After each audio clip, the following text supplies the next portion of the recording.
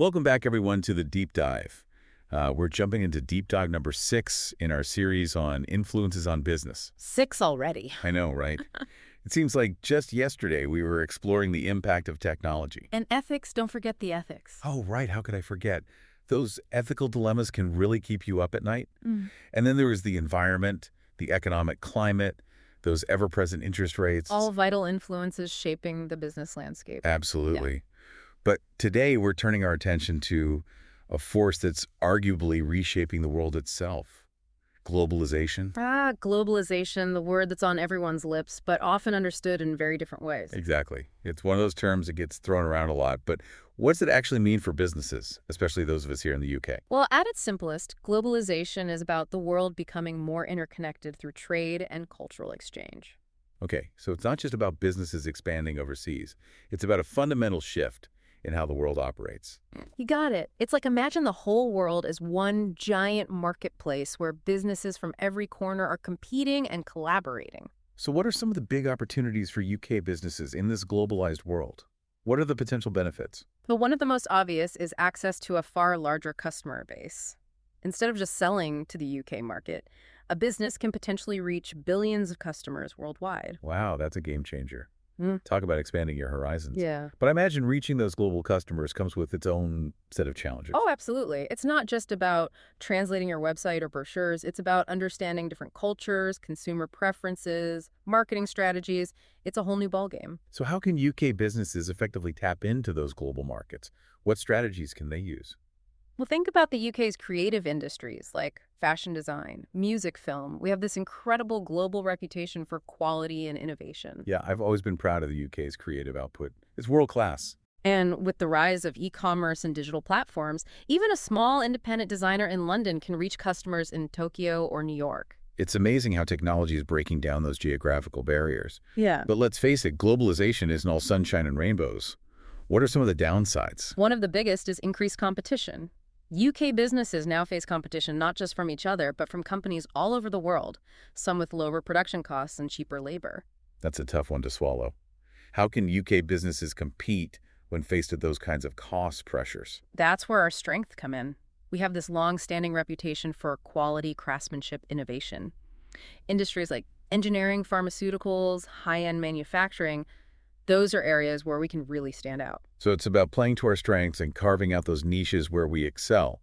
But there's another big factor that always seems to loom large: exchange rates. They can be so unpredictable. Exchange rates, the currency roller coaster. Exactly.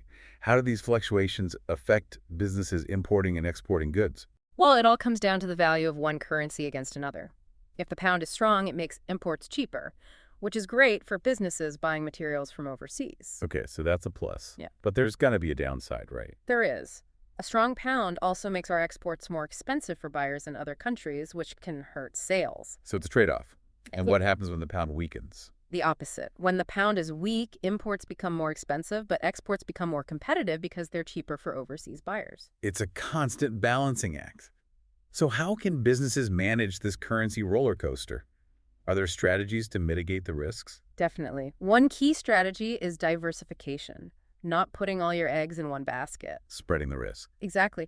A business could source materials from multiple countries with different currencies. That way, if one currency fluctuates wildly, it won't cripple the entire operation. That sounds like a smart approach. But I imagine it can get pretty complex to manage all those moving parts. It can.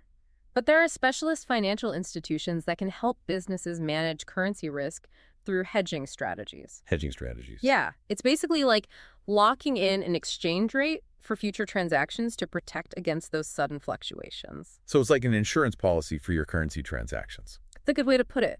And it can provide a lot of peace of mind for businesses operating in this global marketplace. So globalization forces businesses to think strategically, adapt to change, and seek out expert advice when needed. It's a whole new way of thinking about business, but it's also incredibly exciting. I'm starting to see that, and I'm eager to explore some specific examples of UK businesses that have successfully navigated this globalized world. Well, one company that immediately comes to mind is Dyson. Their story is a masterclass in global expansion and strategic adaptation. Dyson, yeah, they're a household name both here in the UK and around the world.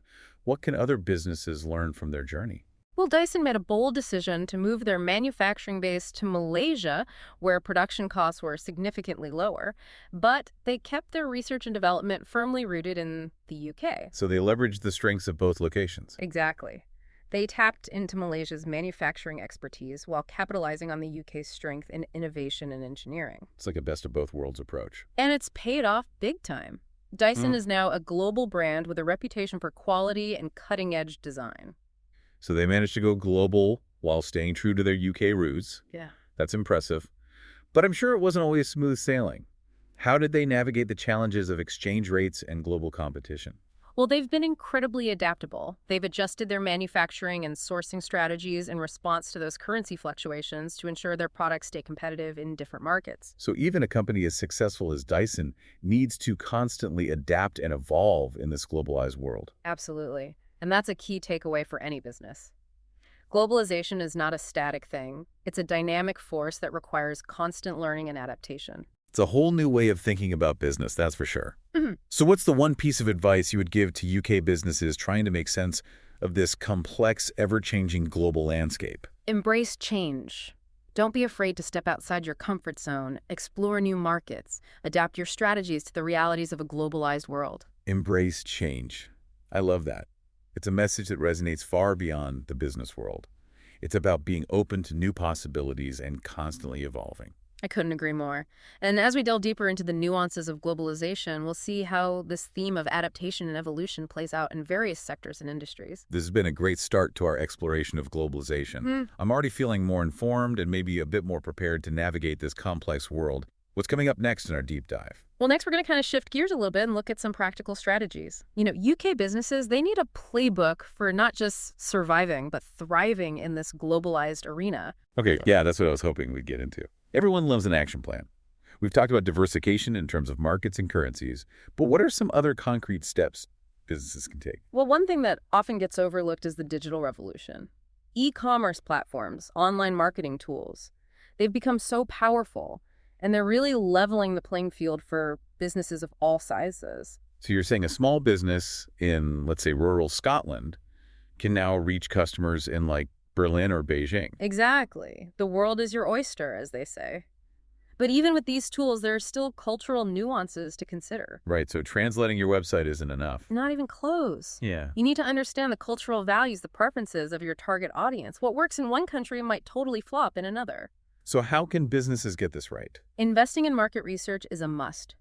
Partnering with local experts, consultants who really understand the nuances of a particular market, that can be invaluable. So tapping into that local knowledge? Absolutely. And don't underestimate the power of simply listening to your target audience. Engage with them on social media, online forums, customer surveys. Get that feedback. Exactly. It's all about building relationships, fostering trust, just like in any business, really. Right. Globalization doesn't change the fundamentals of good business practice, but it does add a layer of complexity. It does. And speaking of complexity, let's talk about the legal and regulatory hurdles that come with international trade. Oh, yeah. That's a potential minefield for a business that's primarily operated domestically. It can be. Each country has its own set of rules, requirements, paperwork, regulations. So where do you even begin? Honestly, seeking expert advice is crucial. Find trade specialists, lawyers, financial advisors who specialize in international business. So don't try to go it alone? Definitely. Think of it like climbing Mount Everest. You wouldn't attempt that without experienced guides, right? Great analogy. So having the right support system in place is key. But I want to circle back to something you mentioned earlier, currency hedging. It sounds like a powerful tool, but can you break it down a bit further? Sure. Let's say a UK furniture maker is importing high-quality wood from Italy. They sign the contract today, but the payment isn't due for 3 months. Now, during those 3 months, the exchange rate between the pound and the euro could fluctuate significantly. And that could really impact their bottom line. Absolutely. But that's where currency hedging comes in. They can enter into a contract with a financial institution that guarantees a specific exchange rate for that euro payment in 3 months' time. So no matter what happens with the exchange rate, they're protected. Exactly. It's like an insurance policy against those currency fluctuations. That makes a lot of sense. Okay. But all of this highlights the fact that operating in a globalized world requires a certain level of sophistication. It does. But it's not about becoming a multinational corporation overnight. You can start small. Identify a specific market that aligns with your strengths and test the waters. Dip your toes in. Exactly.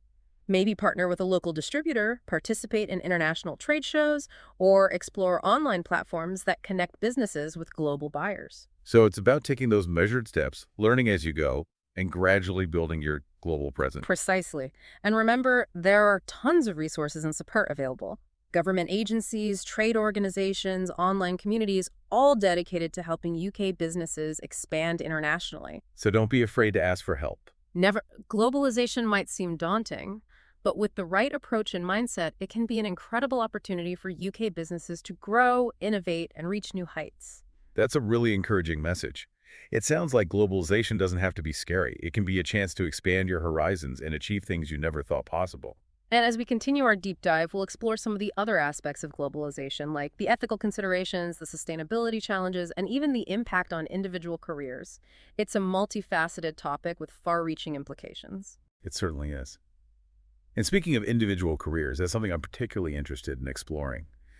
How is globalization impacting the way we work, the skills we need, and the opportunities available to us? Yeah, it's really blurred the lines, hasn't it? The traditional workplace. I mean, the Yeah. way we work, the skills we need, even what opportunity looks like, it's all been sort of reshaped.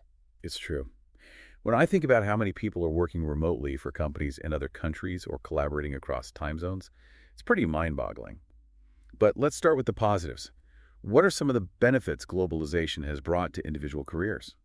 I'd say one of the biggest is access to a wider range of job opportunities. You're not limited by geography anymore. A graphic designer in Manchester could be working for a tech startup in Silicon Valley, or an engineer in Birmingham could be part of a team in Tokyo, all without leaving their home office. So the world really is your oyster in a way. That's exciting. But I imagine this global talent pool also means more competition. Oh, definitely. The competition is fierce.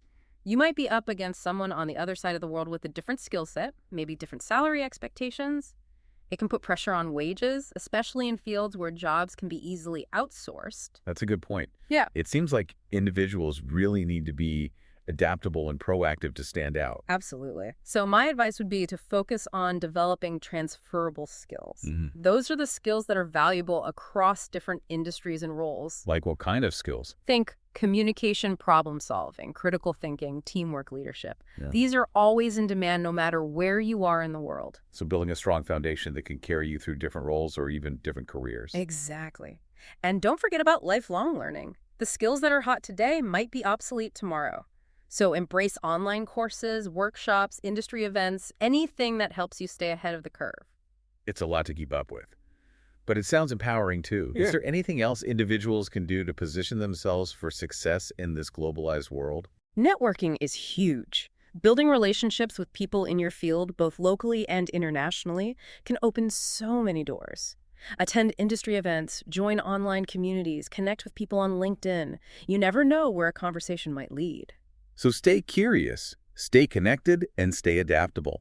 That sounds like a winning formula for navigating this globalized world, both professionally and personally. This has been such an insightful deep dive into globalization, covering its impact on businesses and individual careers. It really has. We've covered a lot of ground. And I think the key takeaway for everyone is that globalization is this dynamic force that's constantly reshaping the world around us.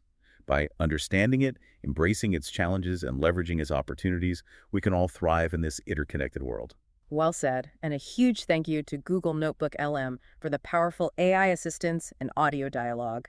This episode was a PEELC Strategy Production. Thanks for joining us on this deep dive into globalization. See you next time for another insightful exploration of the forces shaping our world.